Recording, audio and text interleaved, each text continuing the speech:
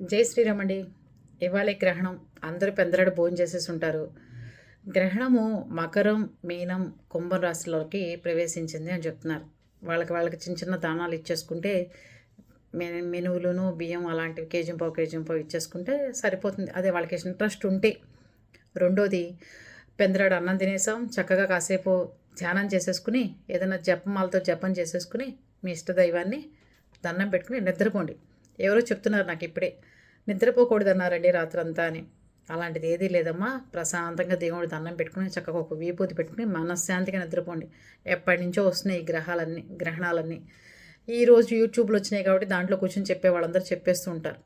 అందుకని ప్రశాంతంగా పెద్దవాళ్ళు పిల్లలు బ్రహ్మాండంగా నిద్రపోవచ్చు.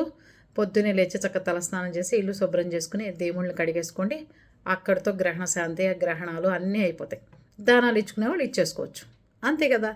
దాన్ని సింపుల్గా చూడండి తప్ప గ్రహణం అంటే ఒక భయభ్రాంతులకు గురైపోయి నిద్రపోకుండా రేపు దానం ఏమి ఇవ్వాలి. ఈ రాశుల్లోకి కుంభం, మీనం, మకరంలోకి ప్రవేశించినాయి కదా, ఏదైనా అవుతుందా? ఏది కాదు. అంత ఎలా ఉన్నావో అలాగే ఉంటాయి. మన రాతల్ని ఒక్కసారి దేవుడు రాస్తాడు, మధ్య మధ్యలో ఏమీ తేడాలు రావు. ఓకేనా?